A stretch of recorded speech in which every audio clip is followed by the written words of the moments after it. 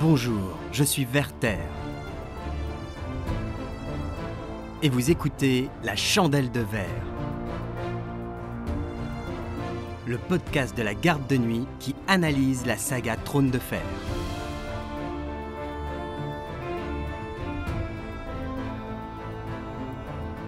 Aujourd'hui, le souvenir d'un baiser par Nymphadora. Dans l'œuvre de Martine, il est parfois difficile de déterminer si les faits qui nous sont contés sont des vérités établies ou des croyances de personnages point de vue. En effet, la narration particulière des romans tend à brouiller les perceptions du lecteur, l'objectivité narrative étant toujours remise en question. L'épisode du baiser, où le personnage de Sansa imagine un baiser entre elle et Sandor, qui n'a en fait jamais eu lieu, que l'on appelle communément « unkiss » chez nos homologues anglo-saxons, est un exemple particulièrement marquant quand il s'agit de parler d'objectivité narrative. Nous allons, dans cet épisode, tenter de démêler les fils de l'événement, et nous chercherons à analyser ce qui peut expliquer ce faux souvenir de Sansa. L'épisode du baiser. Durant la bataille de la Nera, Sandor Clegane se rend dans la chambre de Sansa Stark, hagard et saoul. Traumatisé par les flammes, il s'y cache, refusant de mener une sortie face aux ennemis. Alors que Sansa retrouve sa chambre, la bataille semblant à ce moment-là perdue, en effet, les informations qui arrivent à Cersei et Sansa leur indiquent que Tyrion est probablement mort, que la retraite du roi Geoffrey a entraîné la fuite des hommes du guet des remparts et que la populace assaille les portes de l'intérieur. Elle est surprise par Sandor, réfugié loin des flammes. Terrorisée, elle ne parvient pas à soutenir son regard, et il dégaine alors sa dague, menaçant de l'égorger si elle ne lui chante pas la chanson de Jonquil. Sansa murmure alors une prière à la mer avant de lui caresser le visage. Et le limier ne peut retenir des larmes silencieuses. Il jette à terre son manteau blanc souillé de sang et de suie et sort de la pièce. Pas de baiser à l'horizon donc, même si, l'espace d'un instant, Sansa s'imagine que Sandor va l'embrasser. « Avec moi, tu serais en sécurité, » grinça-t-il. « Je leur fous la trouille à tous. Ils n'oseraient plus personne te faire de mal, ou je les tuerais. » Il l'attira violemment vers lui, et, un instant, elle crut qu'il voulait l'embrasser. S'y opposer ? Il était trop fort. Elle ferma les yeux, tout au désir d'en avoir fini. Mais il ne se passa rien. « Peut toujours pas supporter de regarder, hein ?» l'entendit-elle octer. A Clash of Kings, Sansa 7. Pourtant, dans les tomes suivants, Sansa se remémore un baiser. Sansa se demandait quel effet ferait à Mégha les embrassements du limier. Il empestait le sang et le vin cette nuit-là, la nuit de la bataille. Il m'a embrassé, m'a menacé de le tuer, m'a obligé à lui chanter une chanson. A Storm of Swords, Sansa 1. Comme les lèvres du petit se collaient sur les siennes, elle se surprit à penser à un autre baiser. Elle conservait un souvenir intact de ce qu'elle avait éprouvé quand il avait plaqué sa bouche cruelle contre la sienne. Il était venu trouver Sansa dans le noir, alors que des flammes vertes embrasaient le ciel.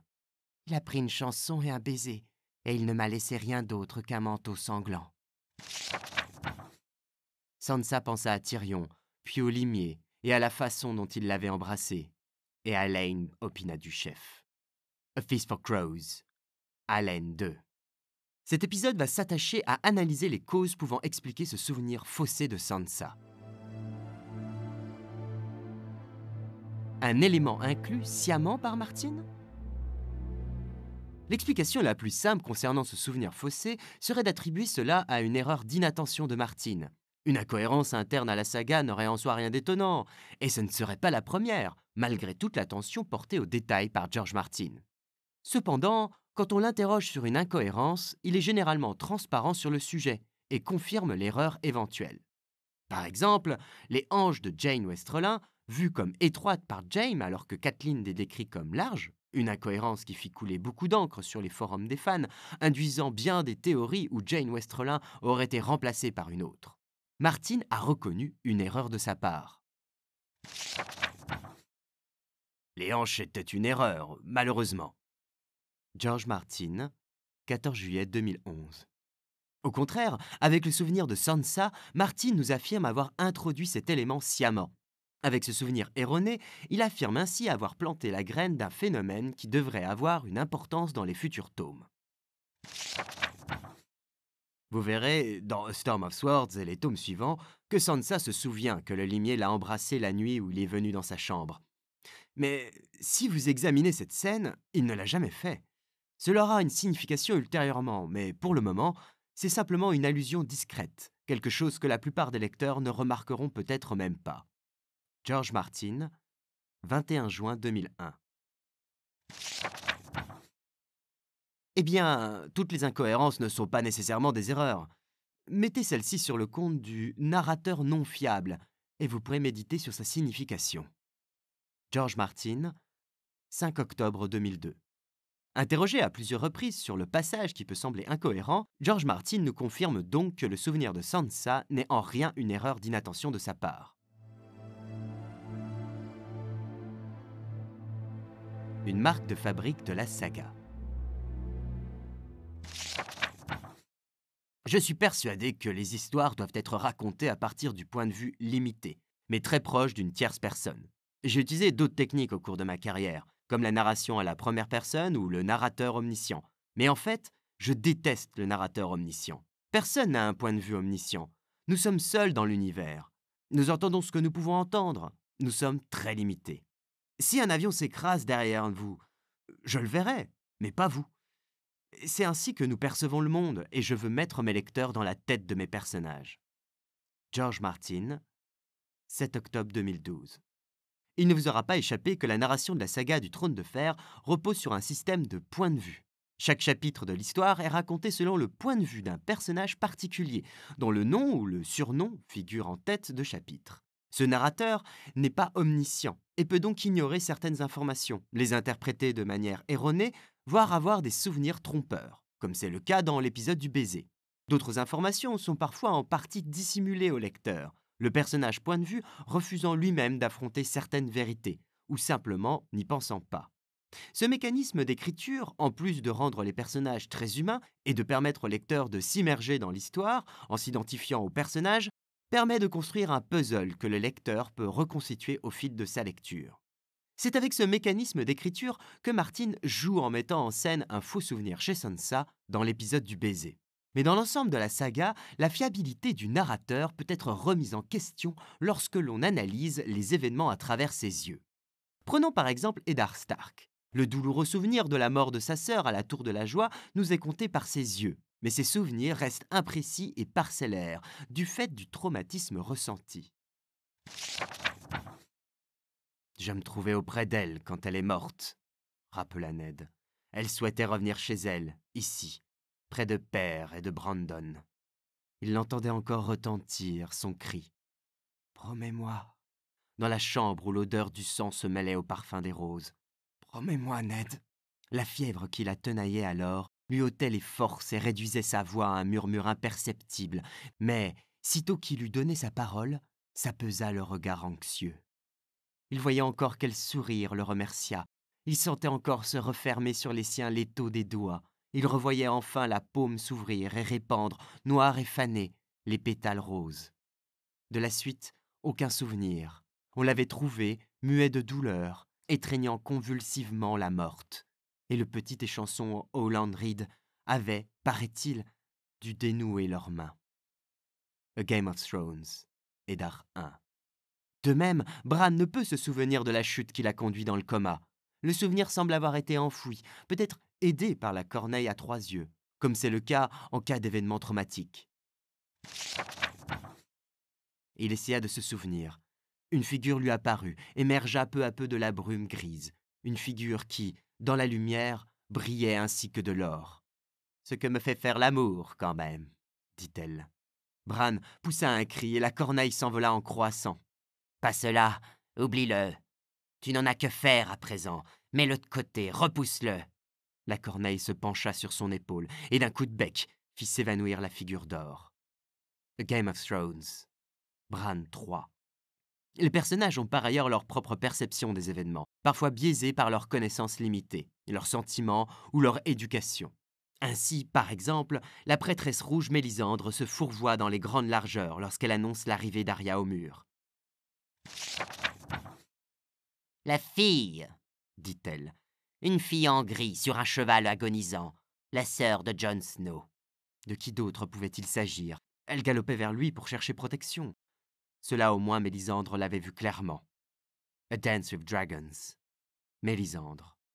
Mélisandre annonce à Jon que sa sœur arrive au mur quand il s'agit en fait d'Alice Karstark. Le personnage n'est pas omniscient et de fait se fourvoie dans l'interprétation qu'elle fait de sa vision dans les flammes, s'accrochant à tort à une explication qui lui semble logique et extrapolant sa vision pour marquer l'esprit de Jon. De manière plus générale, par exemple, la rébellion de Robert Baratheon que nous décrit Daenerys Targaryen n'a pas grand-chose à voir avec celle que narre Eddard Stark. Daenerys, qui tient son savoir de son frère Viserys, garçonnet à qui on a arraché ses parents à son foyer à l'âge de 7 ans et ignore tout de la folie de son père, ne peut évidemment pas nous raconter la même histoire qu'Eddard, pour qui le massacre de son père et de son aîné par Aerys déclencha la rébellion. C'est aussi ce mécanisme qui est à l'œuvre lorsque Daenerys évoque la résistance au feu des Targaryens. Mais, au-delà de ces biais et perceptions qui tendent à façonner parfois à tort la vision du monde de Trône de Fer qu'a le lecteur, dans le cas qui nous occupe, point d'interprétation biaisée. Sansa imagine un baiser qui n'a bel et bien pas eu lieu. Mais pourtant, elle n'est pas le seul personnage à qui la mémoire joue des tours. Ainsi, on pourra par exemple citer le petit trou de mémoire d'Arya qui se trompe dans le nom de l'épée de Geoffrey, Lion's Tooth, dent de lion, qu'elle transforme par erreur en Lion's Paw, patte de lion. Malheureusement, la traduction française a conservé le nom correct. That's a lie, Arya squirmed in Arwen's grip. It was me. I hit Joffrey and threw Lion's Paw in the river. Micah just ran away, like I told him. A Storm of Swords, Arya 6. Daenerys également fait montre d'une légère incohérence dans ses souvenirs, puisqu'elle attribue à un livre les propos de Kaif. For dragons are fire made flesh, and fire is power. A Clash of Kings. Daenerys 2. Dragons are fire made flesh. She had read that in one of the books Ser Jorah had given her as a wedding gift. A Dance with Dragons. Daenerys 1. Quant à Tyrion, il se souvient avec acuité des dernières paroles de son père. Là où vont les putes. Là où vont les putes, avait dit son père. Ces dernières paroles. Et quelles paroles! L'arbalète avait vrombi, Lord Tywin s'était rassis, et Tyrion Lannister s'était retrouvé en train de se dandiner dans le noir. Varys à ses côtés. A Dance with Dragons. Tyrion 1. Ces derniers mots, vraiment? Tu m'as tiré dessus, fit Lord Tywin d'un air incrédule, l'œil vitreux de stupéfaction. Vous avez toujours été prompt à saisir les situations, messire, dit Tyrion. C'est sans doute ce mérite-là qui vous vaut l'honneur d'être main du roi. Tu n'es pas mon fils. Voilà en quoi vous vous trompez, père. Je crois bien, moi, que je suis votre miniature. Maintenant, accordez-moi une faveur. Crevez rondement. J'ai un bateau à prendre. A Storm of Swords, Tyrion 11. Personne n'en voudra à Tyrion de ne pas s'être concentré sur ces derniers mots blessants, et l'on pourra arguer que, dans ces 3 exemples assez anecdotiques, l'incohérence n'est pas comparable à l'ampleur de l'épisode du baiser où Sansa invente a posteriori une scène qui n'a jamais eu lieu. Toutefois, au fil de l'œuvre, le lecteur reste spectateur des pensées parfois erronées du narrateur, et l'on pourrait encore trouver bien des manifestations de ce mécanisme d'écriture au sein de l'œuvre de Martin. Sansa, narratrice particulièrement peu fiable. La réécriture du souvenir du baiser n'est pas la seule occurrence où Sansa réécrit un souvenir. De manière anecdotique, sa mémoire semble par exemple lui jouer des tours concernant une discussion qu'elle a avec son père Eddard. « Écoute un instant, ma douce, dit-il gentiment. Quand tu seras grande, nous te fiancerons à un grand seigneur, digne en tout point de toi, fort, brave, magnanime, et tout et tout. Jamais je n'aurais dû te promettre à Geoffrey. Il n'a rien, crois-moi, de ton prince à Aemon. » A Game of Thrones, Sansa 3. L'échange devient par la suite... « C'était bien par amour, confirma-t-elle avec élan. père me refusait même la permission de vous dire adieu. Bien qu'elle fût la facilité même, l'obéissance même, et tout, la fille en or, une furie ce matin-là, une furie digne d'Arya pour échapper à Septa Mordane et braver son seigneur et père. Jamais elle n'avait rien fait de si téméraire, et jamais ne s'y fût risquée sans son amour extrême pour Geoffrey. Il allait me ramener à Winterfell et me marier à je ne sais quel obscur chevalier. Et j'avais beau dire « C'est Joffre que je veux », il faisait la sourde oreille. A Game of Thrones, Sansa 4. Si cela peut tout simplement être une exagération de petite fille contrariée, il reste intéressant de noter que l'on assiste là à une légère réécriture des faits, qui permet à Sansa de mieux rationaliser ses actions à ses propres yeux. Par petites touches, dès le début du récit, George Martin nous montre que l'on ne peut pas totalement se fier aux souvenirs de la jeune fille. Toutefois, c'est surtout un autre épisode qui va façonner, aux yeux du lecteur, le personnage de Sansa, la perte de sa louve Lady. Si beaucoup de lecteurs y voient un point de lancement de l'intrigue et une façon de séparer le personnage de Sansa de la meute de ses frères et sœurs, la rendant un peu moins start que les autres, ce qui est sujet à bien des débats, nous vous l'accordons. Il est également intéressant de noter que la façon dont Sansa parlera des événements qui ont précédé la mort de Lady dans la suite des romans en dit beaucoup sur sa qualité de narrateur non fiable. Revenons sur les faits. Et ce garçon boucher veut être chevalier, n'est-ce pas? Dit Geoffrey, sautant à bas de sa monture, l'épée au poing. Ramasse ton arme, garçon boucher. Il affichait un air goguenard. Montre-nous donc ton habileté. Fou de peur, Mika ne broncha pas. Allons, ramasse, ordonna le prince en avançant sur lui. Ou bien ne saurais-tu combattre que des fillettes? A Game of Thrones, Sansa 1. Interrogée sur l'événement, elle dira ne pas s'en souvenir, mais plus inquiétant, plus loin, Sansa attribuera même à Mika la responsabilité du combat et dira à Arya, alors qu'elles sont seules, que le garçon boucher a attaqué le prince. Arya se tordit le museau en une grimace écœurée.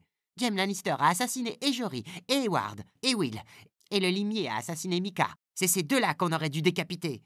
Ce n'est pas pareil, dit Sansa. Le limier est le bouclier lige de Geoffrey. Puis ton boucher d'amis s'en était pris au prince. Menteuse, riposta Arya, le poing si violemment crispé sur son orange que le jus rouge lui giclait entre les doigts. Va, va, décocha Sansa d'un air désinvolte. A Game of Thrones, Sansa 3.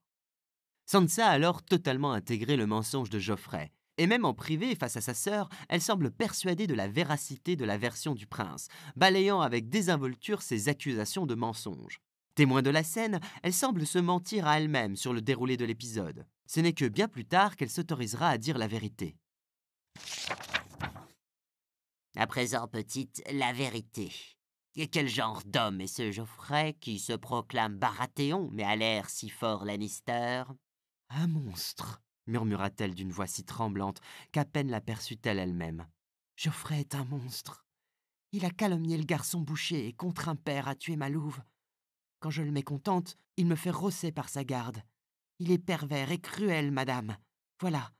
Et la reine aussi. A Storm of Swords, Sansa 1. Plus qu'un faux souvenir, comme cela semble être le cas avec le baiser, Sansa a tendance ici à réécrire des faits et semble s'attacher à une vision modifiée et mensongère de son monde. Elle s'auto-convainc de la véracité de certains faits, rendant la frontière entre mensonge et réalité floue pour elle et de facto pour le lecteur. C'est d'ailleurs également cet état d'esprit qui l'habite lorsqu'aux Aeriers, elle doit mentir pour cacher le déroulé de la mort de sa tante Lysa Arryn. Alain avait tant de fois répété ce mensonge que sa mémoire le lui dictait tel quel, plus souvent qu'à son tour. La vérité ne lui paraissait guère plus qu'un mauvais rêve qui troublait de temps à autre son sommeil. A Feast for Crows, Haleine 2. On peut mettre ceci en parallèle avec le personnage d'Arya qui, mentant elle aussi sur son identité, ne se perd jamais elle-même dans ce mensonge. Tu as revêti d'autres noms, mais tu les as portés avec autant de légèreté que tu aurais pu le faire avec une robe. Dessous, il y avait toujours Arya. A Feast for Crows, Arya 2. Sansa a, elle, tendance à souvent se mentir à elle-même et à s'oublier dans le mensonge. Elle internalise facilement ses réactions et ses pensées et les modifie, les réécrivant pour qu'elles correspondent mieux à la vision du monde qu'elle comprend. Soumise à une forme de dissonance cognitive, en découvrant que tout n'est pas chanson, elle ajuste ses cognitions de façon à rendre cohérents les différents éléments de son univers personnel. C'est ainsi, par exemple, qu'elle s'auto-persuadera de l'absence de responsabilité de Geoffrey dans la mort de Lady. Après s'être d'abord persuadée qu'il méritait seulement sa haine pour avoir trempé dans l'assassinat de Lady, elle avait fini, une fois séché son chagrin, par se dire qu'il n'en était pas coupable. Pas vraiment. La faute en était à la reine, et c'est la reine qu'il fallait haïr. La reine et Arya. Sans Arya, rien ne serait arrivé. A Game of Thrones, Sansa 2. Elle cherche souvent à se rassurer en rationalisant et se sermonnant intérieurement.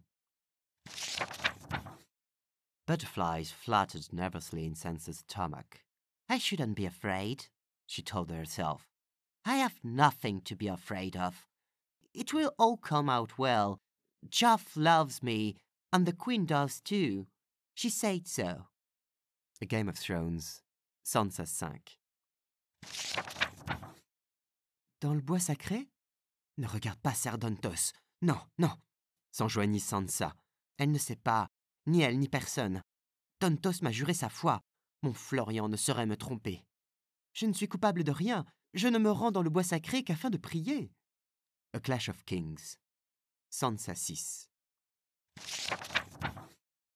Oh, mais qu'est-ce qui m'a pris?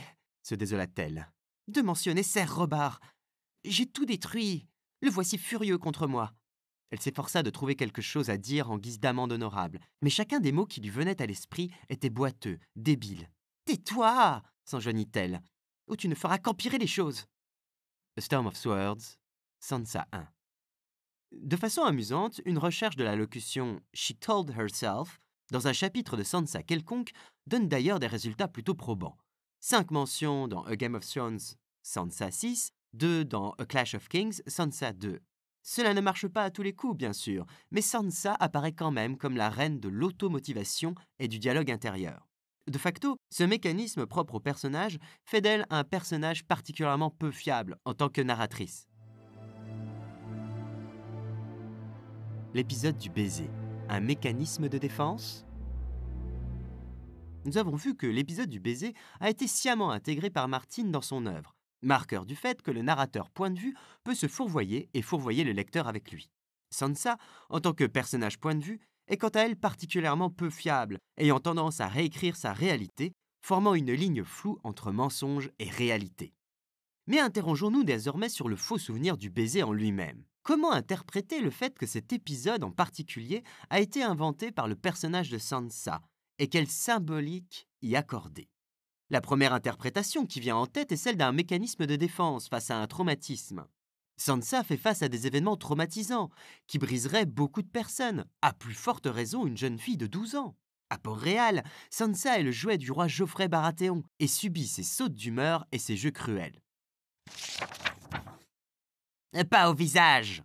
commanda Geoffrey. « J'aime qu'elle soit jolie. » En la percutant au creux de l'estomac, le poing de Boros lui coupa le souffle et la plia en deux. Mais le chevalier la rattrapa par les cheveux, tira l'épée. Durant une abominable seconde, elle eut la certitude qu'il allait lui trancher la gorge. Mais le plat de la lame lui cingla les cuisses, et si violemment qu'elle crut ses jambes brisées. Elle poussa un cri, les larmes inondèrent ses yeux. « Ce sera bientôt terminé !» Elle ne perdit bientôt que le compte des coups. « Assez !» entendit-elle, le timbre râpeux du limier. « Pas du tout !» répliqua le roi. « Boros, déshabille-la !» Boros porta une main viandue sur le corsage de Sansa et l'arracha d'une seule traction. La soie se déchira tout du long, la dénudant jusqu'à la taille. Elle se couvrit la poitrine à 2 mains. Des ricanements lui parvinrent, lointains et féroces. « Fouettez-la au sang !» dit Geoffrey. « Nous verrons si son frère apprécie. » A Clash of Kings, Sansa 3. Constamment surveillée, intérieurement acquise à la cause de son frère Robb, mais contrainte d'annoncer en permanence ses couplets sur sa traîtrise, elle est également confrontée à la perte de ses idéaux. N'avez-vous aucune idée de ce qui se passe lors du sac d'une ville, Sansa? Non, vous n'auriez garde, n'est-ce pas? Tout ce que vous savez de la vie, vous l'avez appris des chanteurs, et les bonnes chansons de saccage, il y a disettes. De véritables chevaliers ne s'en prendraient jamais à des femmes et des enfants. Des mots, du vent, s'aperçut-elle au fur et à mesure qu'elle l'énonçait. Véritable chevalier. La reine trouvait manifestement la formule d'une irrésistible cocasserie. Sans doute avez-vous raison. Mais dans ce cas, pourquoi ne pas manger tout bonnement votre potage, comme une bonne petite fille, en attendant que Siméon Prunelle d'Étoile et le prince Aémon Chevalier Dragon accourent à votre rescousse, ma mignonne? Oh, ils ne tarderont plus guère à présent, m'est avis. A Clash of Kings, Sansa 5. Elle a par ailleurs vécu une grande frayeur lors des émeutes de Port-Réal, qui lui laissent des cauchemars vivaces. Elle rêva de nouveau de l'émeute cette nuit-là. La foule démontée l'assaillait, telle une bête à 1000 mufles, de ses vociférations. De quelque côté qu'elle se tournât, elle ne voyait que trognes convulsives, masques inhumains, monstruosités. Elle essayait bien, tout en larmes, de leur dire son innocence et qu'elle ne leur avait jamais fait de mal. Il cherchait tout de même à l'arracher de celle. « Non !» criait-elle en pleurant. « Non, par pitié, non, non !» Mais il n'en tenait aucun compte. Elle appelait à pleine gorge, et Cerdontos et ses frères, et son père mort, et sa louve morte, et le vaillant Ser Loras, qui lui avait, jadis, offert une rose rouge. Mais aucun d'entre eux ne venait. Elle appelait à son secours les héros des chansons, les Florian, Ser Riam Redwine, et le prince Aémon Chevalier Dragon. Mais tous demeuraient sourds. Des femmes grouillaient autour d'elle comme des fouines, lui pinçaient les jambes et lui bourraient le ventre de coups de pied. Quelqu'un la frappait en pleine figure, et elle sentait ses dents se briser quand elle vit luire l'éclat de l'acier. Le couteau plongea dans ses entrailles et les lacéra, lacéra jusqu'à ce que d'elle, à terre, ne subsistât rien, plus rien d'autre que des lanières éparses à reflets gluants. A Clash of Kings, Sansa 4. Terrorisée, elle fait également face à ses premières règles et risque d'être officiellement mariée à son tortionnaire. « Non, par pitié !» pleurnicha-t-elle. « Par pitié, non !»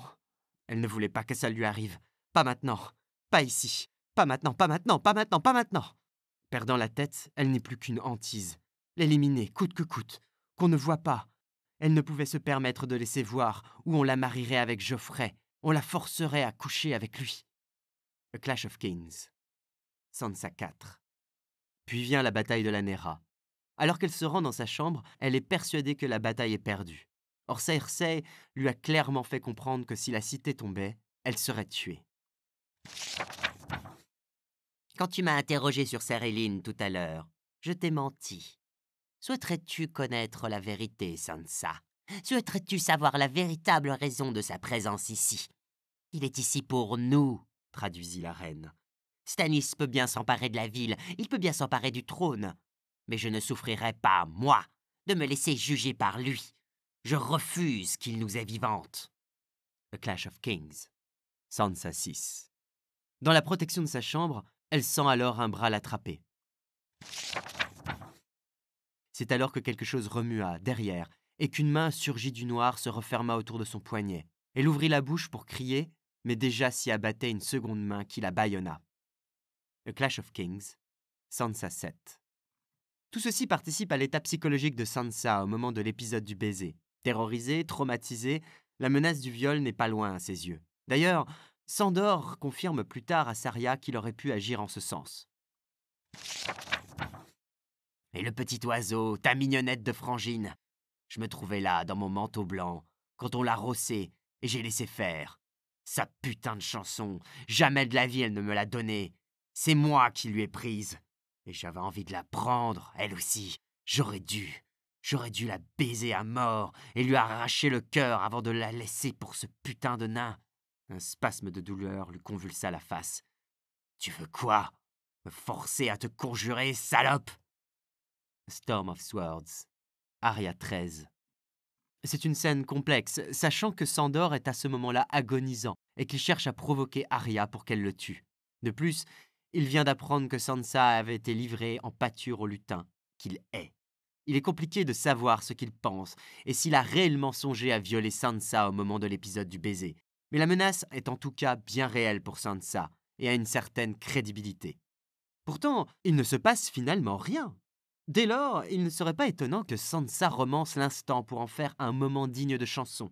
Dépassée par son échange avec Sandor, elle ne comprend pas ses actes envers elle et altère sa cognition de la même manière qu'elle rationalise ses pensées. en réécrivant l'événement pour en faire un épisode lisible dans son schéma de pensée. Dans un épisode où elle était passive et complètement à la merci de Sandor, réécrire l'instant serait alors un moyen de reprendre la maîtrise du scénario en ajoutant une notion d'amour romanesque. Plutôt que de s'imaginer menacée, elle préfère imaginer avoir été aimée. En faisant de Sandor un être motivé par son amour pour elle, une interprétation possible du faux souvenir est qu'ainsi elle reprend une partie du pouvoir dans la scène, la rendant moins traumatisante. On sait par ailleurs qu'elle a des regrets concernant cet épisode. Ce moment était une occasion de quitter Port-Réal. Si seulement le limier se trouvait ici. La nuit de la bataille, il était venu dans sa chambre lui proposer de l'emmener, mais elle avait décliné l'offre. Elle se demandait parfois, durant ses insomnies, si ça avait été judicieux, comme de camoufler sous ses soieries d'été, dans un coffre en cèdre, le manteau blanc souillé qu'il avait laissé, tout en ignorant pourquoi elle le conservait. On accusait ouvertement Sandor Clegane de s'être dégonflé, de s'être, au plus fort de la bataille, tellement saoulé que le lutin s'était vu contraint de le suppléer pour mener la sortie. Mais elle comprenait. Elle connaissait le secret de sa figure calcinée. Il n'a pris peur que devant le feu. La faute en était aux Grégeois, qui, cette nuit-là, transformaient en fournaise jusqu'à la rivière et peuplaient l'atmosphère elle-même de flammes vertes. Un spectacle terrifiant, même du château. Dehors, l'imagination peinait à concevoir la réalité. A Storm of Swords, Sansa 1. Romancer l'instant et y associer une dimension plus sensuelle pourrait alors apparaître comme une façon de justifier a posteriori son regret de ne pas avoir suivi Sandor. En effet, comment démêler le fait qu'elle regrette de ne pas avoir suivi le limier alors qu'il lui fait vivre une scène pleine de menaces? Romancer la scène pourrait lui permettre en partie de se réhabiliter à ses propres yeux, en rendant l'épisode moins angoissant et par là même en justifiant le sentiment de regret qu'elle ressent. Évidemment, tout cela reste de l'ordre du spéculatif, et beaucoup d'autres interprétations peuvent être faites de l'épisode. Nous allons voir au prochain point une autre interprétation très prisée chez les fans. L'épisode du baiser, une confusion amoureuse de Sansa vis-à-vis de Sandor. Je vous invite à présent à lancer une recherche internet Sandor Clegane. Vous aurez alors la surprise, ou pas, de tomber sur moult fanfiction, fanart, etc., les mettant en scène. Les deux personnages sont l'objet d'un ship, terme issu du mot anglais relationship, désignant le soutien inconditionnel à un couple, que ce couple existe dans l'œuvre originale ou non. Le ship a même un nom, Sansan.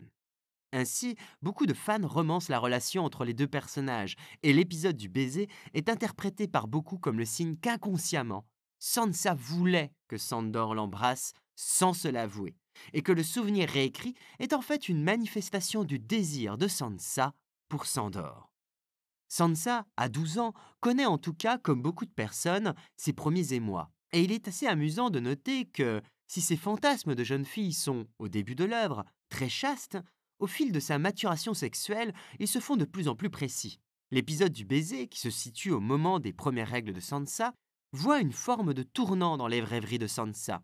Comparons ainsi la façon dont elle fantasme sur Ser Loras dans A Storm of Swords. Qui sont d'assurer vos jours en vous mariant, dit la vieille dame, pendant que Borbos beuglait l'antique chanson. À mon petit-fils. À Ser Loras? Oh! Elle en perdit le souffle. Elle revivait Ser Loras, vêtu de son étourdissante armure, lui lancer la rose. Ser Loras, drapé de soie blanche et si pure, si virginal, si beau. Les fossettes qui se creusaient au coin de ses lèvres quand il souriait, la chaleur de son rire et de sa main légère. Le reste était imaginaire.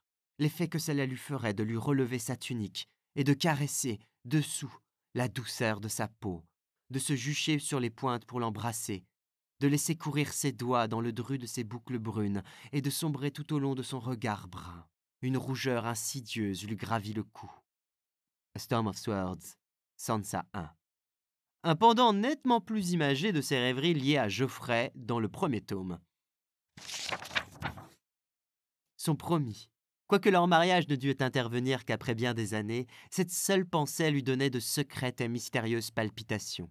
Certes, elle ne le connaissait guère encore, mais elle en était déjà éprise. Avec sa haute taille, sa beauté, sa force physique et ses cheveux d'or, il correspondait point par point à l'image du prince idéal qu'elle s'était forgé. Elle prisait d'autant plus les moments passés en sa compagnie que les occasions en étaient plus rares. A Game of Thrones, Sansa 1. De fait, le fait de fantasmer un baiser dans ce contexte de début de maturation sexuelle n'est alors pas aberrant. Et Sandor, figure protectrice de Sansa, pourrait de fait être l'objet d'une projection romantique de la jeune fille. Le baiser imaginé s'inscrirait alors dans la thématique de la Belle et la Bête, thématique chère à Martin, qu'il réécrit également au travers du parcours de Jaime et Brienne.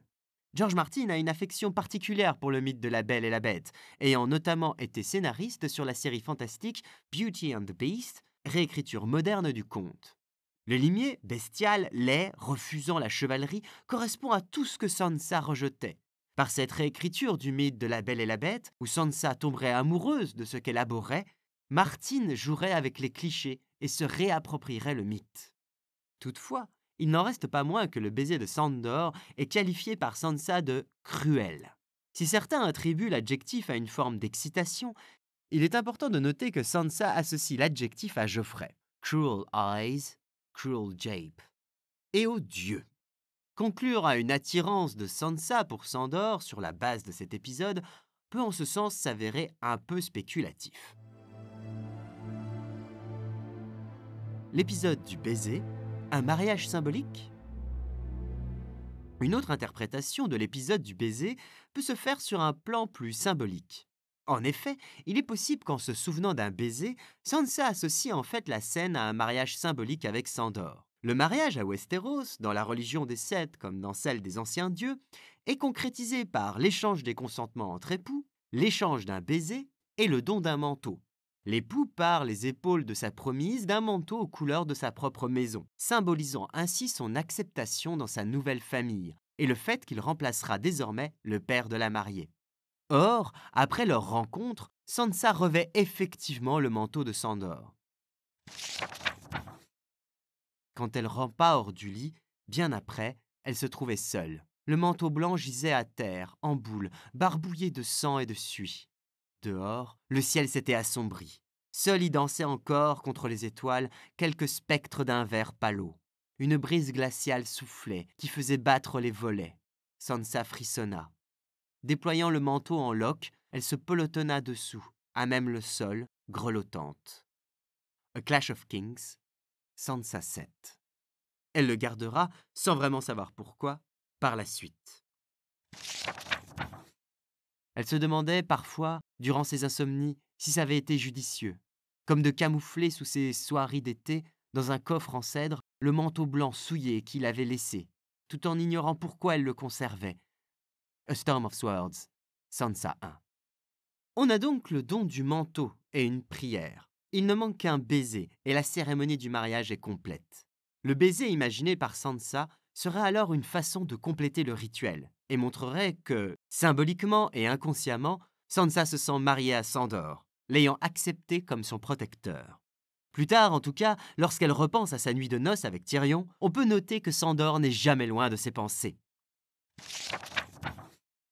Et puis, elle rêva aussi de sa nuit de noces, de Tyrion qui la dévorait des yeux pendant qu'elle se déshabillait.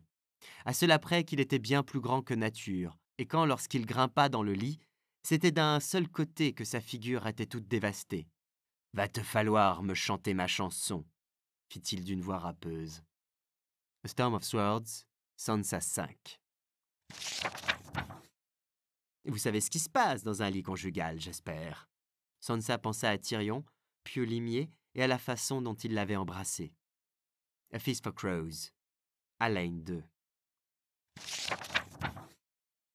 Le souvenir de sa nuit de noces à elle avec Tyrion l'obsédait. « Dans le noir, je suis le chevalier des fleurs », avait-il dit. « Je pourrais me montrer bon pour vous. » Rien qu'un mensonge Lannister, un de plus.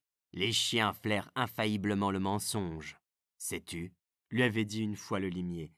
Elle en avait encore dans l'oreille le timbre rauque et râpeux. A Storm of Swords, Sansa 6. L'évocation de la chanson comme métaphore possible de la relation sexuelle semble absente des pensées de Sansa au moment de l'événement. Mais petit à petit, L'association qu'elle fait entre sa nuit de noces et l'épisode pourrait indiquer qu'elle commence à conceptualiser un sous-texte sexuel qu'a pu avoir la scène, et l'associe à une nuit de noces où elle aurait symboliquement perdu sa virginité. Il a pris une chanson et un baiser, et il ne m'a laissé rien d'autre qu'un manteau sanglant. A Feast for Crows. Haleine 2. L'épisode du baiser, un transfert de Lady à Clegane.